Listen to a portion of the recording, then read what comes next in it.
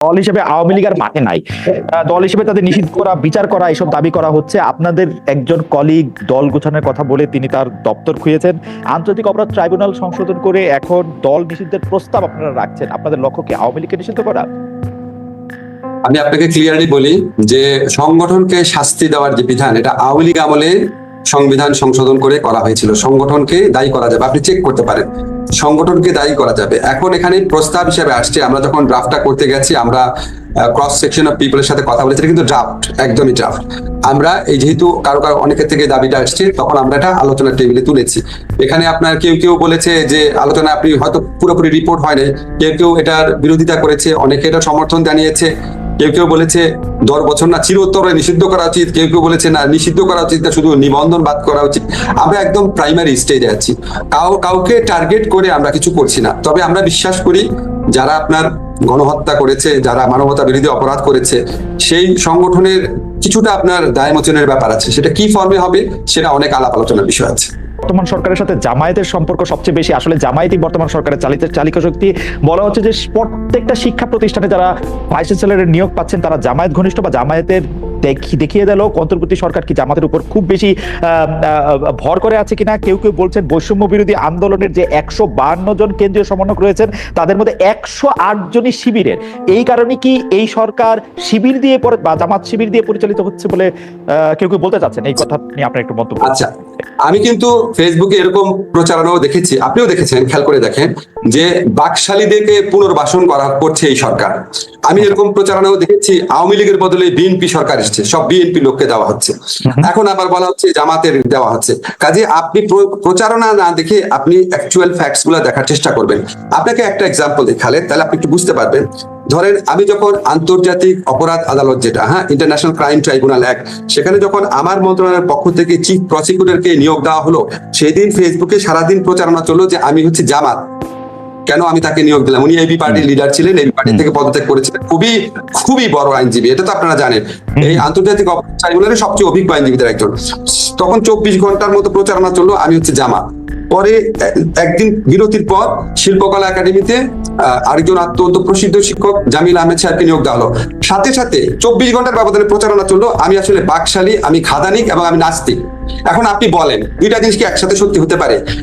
মানুষের মধ্যে ধরেন ফেসবুক আমাদের জন্য একটা সম্ভাবনার অপার দ্বার খুলে দিয়েছে। আর এখন তো কারো আপনার জালিম সরকার না, আমরা বাক স্বাধীনতার কথায় কথায় সাইবার সিকিউরিটি অ্যাক্ট প্রয়োগ করবো না, কারো অত্যাচার হবে না, কথা বলার জন্য এখন বলতো কোনো রকম খারাপ ঘটনা ঘটেনি, ইনশাল্লাহ আর কোনোদিনও ঘটবে না আমাদের সরকারের বলে। ফলে মানুষ আপনার যার যা ইচ্ছা মতো বলছে, এবং দেশ নিয়ে সবাই খুব কনসার্ন। তো এটা আবার পজিটিভ দিকও আছে, সবাই কনসার্ন হয়ে সবাই অনেক ধরনের উদ্যোগ প্রকাশ করছে। আপনাকে আমি একটা এই যে বলা হচ্ছে একটা মিনিট 152 জনের মধ্যে 108 জন শিবির, এই প্রচারণার কোনো প্রমাণ আছে?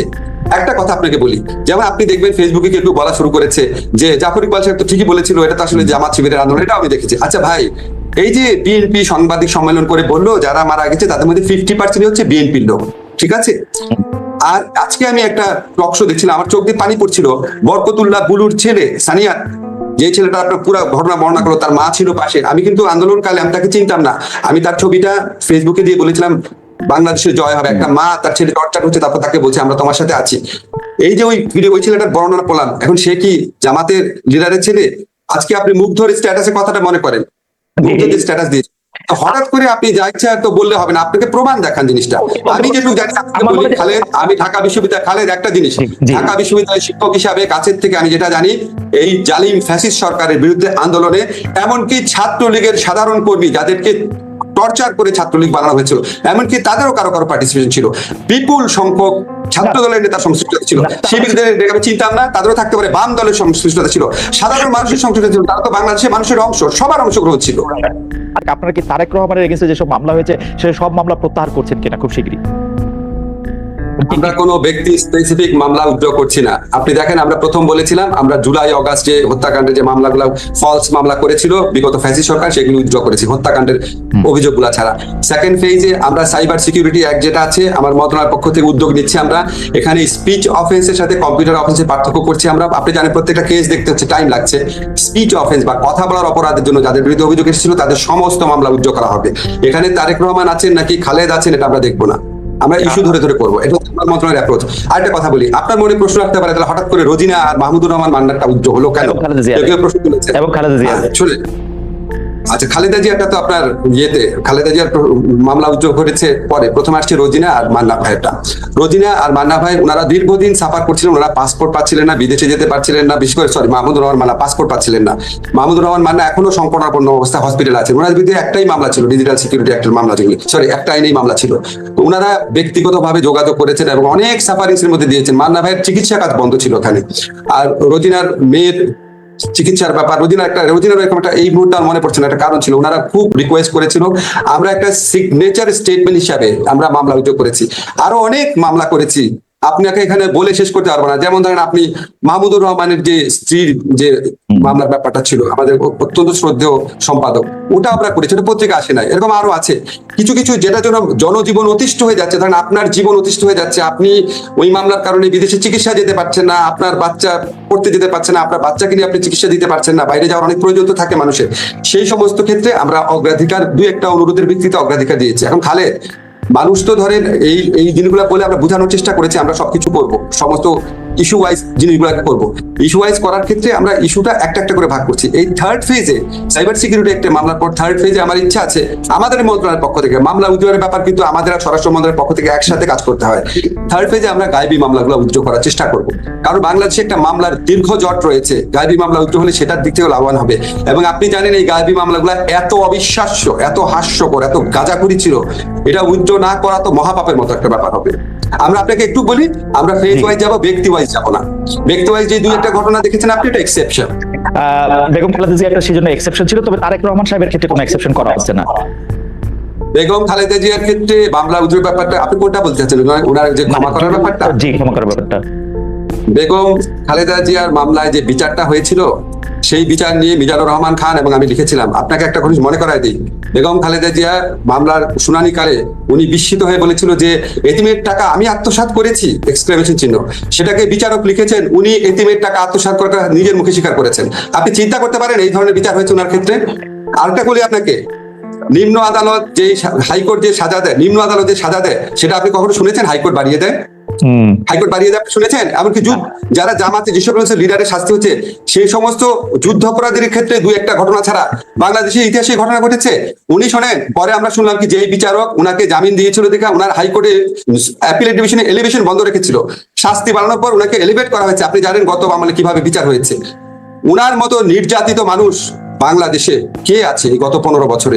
যারা মারা গেছে ওনাদের কথা বাদ দিয়ে আমি জীবিত যারা পলিটিক্যাল লিডার আছে, আমি তো মনে করি উনার প্রতি, উনি যে এত বছর জেলে ছিল, ওনার প্রতি চরম অবিচার করা হয়েছে। আমি সিদ্ধান্ত ক্রিকেটার সাকিব আল হাসানের বিরুদ্ধে মার্ডার কেসের মামলা হয়েছে, অভিনেতা জায়েদ খান যেটা আমি আগে বলেছি তার বিরুদ্ধে মামলা হয়েছে, বাফুফের সভাপতির বিরুদ্ধে মার্ডার কেস হচ্ছে। আগের সরকারের দুর্নীতিবাজ মন্ত্রী যার বিরুদ্ধে হতে পারতো গুছানো সুন্দর একটি দুর্নীতির মামলা বা মানি লন্ডারিং মামলা, তা না করে ঢালাওভাবে নিউ মার্কেটের একজন হকার হত্যা মামলাকে সবাই গ্রেফতার দেখানো হচ্ছে এবং আদালতও সেই সব মামলায় কারো জামিন মঞ্জুর করছে না, ঢালাওভাবে রিমান্ড দিয়ে যাচ্ছে। পার্থক্যটা তাহলে কোথায় হলো প্রফেসর আসিফ নজরুল? আচ্ছা, পার্থক্যটা আপনাকে বলি। ধরেন আপনি, আমার এতগুলো নাম তো মনে থাকবে না, দুইজনের নাম মনে আছে, সাকিব, জায়েদ খান। যখন কেউ মামলা করে, মামলা করাটা মানুষের অধিকার, বুঝছেন? ব্যক্তিগতভাবে একজন মামলা করে দিল, সেই এই মামলাগুলা পুলিশ করে নাই। পুলিশ যদি করে তাহলে আপনি বুঝবেন রাষ্ট্র জড়িত আছে। এই মামলাগুলা ব্যক্তিগতভাবে করা হচ্ছে, 1 নাম্বার। 2 নাম্বার হচ্ছে মামলার কারণে, এই যে আপনি সাকিব বলে জায়েদ খান বলেন, unless you are a directly involve political figure, এই উনাদের ক্ষেত্রে কি কোনো গ্রেফতারের ঘটনা ঘটেছে? গ্রেফতার ঘটনা ঘটে নাই। যখন মামলা কোনো মানুষ করে, আমরা বারবার বোঝানোর চেষ্টা করেছি, যখন আমরা পুলিশকে বলেছি মামলা যখন করছে আপনারা একটু বোঝানোর চেষ্টা করেন না কেন যে এই মামলাতে আপনারা যাদের বিরুদ্ধে অভিযোগ আনছেন তাদের কি আপনার সত্যি মানে বিশ্বাসযোগ্য কিনা অভিযোগটা। কারণ আমাদের পিআরবি যে কিছু প্রভিশন আছে, হিয়ারসে ধরনের বা গুজব ধরনের মামলা হলে পুলিশ প্রাইমারি কথাগুলো জিজ্ঞেস করতে পারে। পুলিশ কাছ থেকে এবং এমনকি আদালতের কাছ থেকে আমরা যে তথ্য পেয়েছি, যারা মামলা করতে আসে তারা এত বেশি প্রেশার, ওইখানেও এক ধরনের মানে মব প্রেশার থাকে যে পুলিশের পক্ষে এবং কোনো ক্ষেত্রে আদালতের পক্ষে, যারা বিগত ফ্যাসিস্ট রেজিমের আমলে যাদেরকে নিপীড়ক সংস্থাতে পরিণত করা হয়েছিল, তাদের সেই মরাল কারেজ থাকে না এই উন্মত্ত জনতাকে কনফ্রন্ট করার জন্য। এগুলো ঘটনা প্রথম দিকে ঘটেছে। আমরা অনেক চেষ্টা করেছি, চেষ্টা করার পর এটা অনেক রিডিউস হয়েছে। আমরা একটা জিনিস সবাইকে বলার চেষ্টা করেছি, যেখানে এফআইআর মানেই গ্রেফতার না। আপনাকে আমি কিছু নাম বলবো না, বাট কিছু কিছু মানুষ যখন আমাদের সাথে যোগাযোগ করে যে এই মামলা তাদের বিরুদ্ধে হওয়ার কথা না, আমরা স্বরাষ্ট্র মন্ত্রণালয় এবং আমরা একসাথে কাজ করি, আমরা আশ্বাস দেওয়ার চেষ্টা করি যে পুলিশ ক্রেডিবল তথ্য না পেলে আপনাদের গ্রেফতার করবে না। গ্রেফতারের খবরগুলো আপনারা পান, কিন্তু গ্রেফতার করা হয় নাই এরকম অসংখ্য ঘটনা আছে। তারপরেও আমরা চেষ্টা করছি এই জিনিসগুলো নিয়ে মানুষের যে মনে প্রশ্ন আছে সেগুলিকে আরো বেশি ভালোভাবে অ্যাড্রেস করার চেষ্টা করছি আমরা। এবং আমি আসিফ ভাই, আপনার কাছে কি মনে হচ্ছে না যে আপনি গত সরকারের মতো একই ভাষায় কথা বলছেন? আমরা গত সরকারকে যখন এই প্রশ্ন করতাম তখন তারা বলতো কেন বিশ্বজিৎ হত্যাকাণ্ডের তো শাস্তি হয়েছে, কেন 6 খুন যে নারায়ণগঞ্জে হয়েছে তা তো আমরা শাস্তি দিয়েছি, একই কথা তো এরকম বলতো। কিন্তু এই যে ঘটনাগুলি যে এই ঘটনাগুলি ঘটার ক্ষেত্রে একটা একটা একটা একটা প্রচ্ছন্ন প্রভাব এই সরকারের থাকছে কিনা, মানে আপনাকে বলি, সরকার আপনি যে এক্সাম্পলটা দিয়েছেন এরকম 2-3টা উদাহরণ ছিল তাদের গত 15 বছরে, আর হাজারো উদাহরণ ছিল যেখানে বিচার করা হয়নি। হাজারো উদাহরণ ছিল। ঢাকা বিশ্ববিদ্যালয়ে যতগুলা আক্রমণের ঘটনা ঘটেছে কোনো বিচার হয়নি। তো ওদের ছিল আপনার হাজারো ঘটনার পিছনে এটাকে 2-3টা ঘটনার কথা বলতো, তাও পাবলিক জনমতের চাপে দিয়েছে। আপনি বলেন যে আমরা এটা প্রতিরোধ করতে ব্যর্থ হয়েছি কিনা। আমরা সমস্ত হল প্রশাসনের উপর দায়িত্ব দেওয়া হয়েছে। একটা সরকার কি করতে পারে? আমরা ইউনিভার্সিটি অথরিটিকে কোন রকম ইন্টারফেয়ার করি না, তাদেরকে স্বাধীনভাবে হলে ছাত্রদেরকে জীবন, তাদের পড়াশোনা, তাদের পরিবেশের নিশ্চয়তা বিধান করতে বলেছে। ওনারা ওনাদের মতো চেষ্টা করেছে। যারা আক্রমণ করেছে তারা আপনার মানে হল প্রশাসনের মদদে, সরকারের মদদে এই জিনিসটা করে নাই, এটা তো আপনারা নিশ্চিত। এখন তারা হল প্রশাসন বা বিশ্ববিদ্যালয় প্রশাসন মদত এটা করে নাই। এবং এরপরে আমরা কারেক্টিভ মেজার্স কি কি নিচ্ছি সেটা দেখেন। অবশ্যই আমাদের অনেক ক্ষেত্রে ব্যর্থতা থাকবে, কিন্তু আমরা কি ব্যর্থতা থেকে শেখার চেষ্টা করছি কিনা এবং ব্যর্থতার সাথে আমাদের সরাসরি যোগ আছে কিনা সেটা দেখবেন। আগে বিশ্ববিদ্যালয়ে একটা ঘটনা করলে সবাই বলতো আওয়ামী লীগের আশকরা এটা করেছে। আপনি কি এই 2টা ঘটনাতে একবারও শুনেছেন যে অন্তর্বর্তীকালীন সরকারের এই সদস্য এটার সাথে জড়িত ছিল হয়েছে? এটাই তো একটা পার্থক্য। তারপর আরো এই সমস্ত ঘটনার পর কোনো মেজারই যথেষ্ট মনে হবে না মানুষের কাছে। আমরা এটা সম্পর্কে সচেতন আছি, আমরা আমাদের মতো চেষ্টা করব, যতটুকু সম্ভব চেষ্টা করব। আপনার কাছে আমি আবারও বলে যাই, সারা জীবন আমি একটা কথা বলতাম, আমরা নিশ্চয়ই মনে আছে যে শিবির সন্দেহে কেন মারা হচ্ছে, এটা তো কোনো আইনে নাই। আমি সাংবিধানিক আইনের শিক্ষক। কোন রকম কাউকে বিনা মানে কি বলবো বিনা আইনে, মানে আপনি আইনগত ভাবে একটা লোককে মেরে ফেলতে পারেন যদি বিচার টিচার করে ফাঁসি দেন বা right of private defence properly use করেন। বেআইনি ভাবে কাউকে আঘাত করা, কাউকে মারা, এই মবক্রেসি করা, এগুলি গুরুতর ফৌজদারি অপরাধ। কিন্তু আওয়ামী লীগের যেসব লোকদের নেতাদেরকে সেই আদালতে নেওয়া হয়েছে, আমরা কিন্তু দেখছি সেখানে তাদেরকে গায়ে হাত তোলা হচ্ছে, তাদেরকে আইনজীবী নিয়োগ দিতে দেওয়া হচ্ছে না। সেই বিষয়টিও আপনাকে ব্যথিত করছে, আপনি নিজেও এটি বলছিলেন। তো আপনার সরকার কি আসলে সেটি খুব বেশি মানে আমি কি বলি যে সেটি আসলে খুব বেশি চেক করতে পারবেন? আমি নিজে দেখেছি, আপনিও দুঃখ প্রকাশ করেছেন যে এরকম তো হওয়ার কথা না। এটা কখনো আমি আপনাকে করতে চাই, আপনি উপদেষ্টা হয়েও বলেছে যে মানে এরকম কোনোভাবেই আপনি এটা আশা করেন না। মানে আপনি নিশ্চয়ই লক্ষ্য করেছেন এটার প্রকোপ অনেক কমে গেছে। আদালত প্রাঙ্গণে হামলা, আদালত প্রাঙ্গণে ডিম ছুঁড়ে মারাটা অনেক কমে গেছে, অনেক কমে গেছে। আপনি প্রথম দিকে তুলনায় দেখেন, আমি আপনাকে বলেছি একটা ইনোভেটিভ টেকনিকের কথা, সকাল 7টার সময় করেছে। আরো কিছু কিছু টেকনিক আছে বলতে চাই না, বললে মানুষ ওইটার মধ্যে দিয়ে আক্রমণ করার চেষ্টা করবে। আমরা একটু জাতীয় জনগুরুত্বপূর্ণ বিষয় চলে আসতে চাই। আমি মনে হয় আপনার বক্তব্য পরিষ্কার।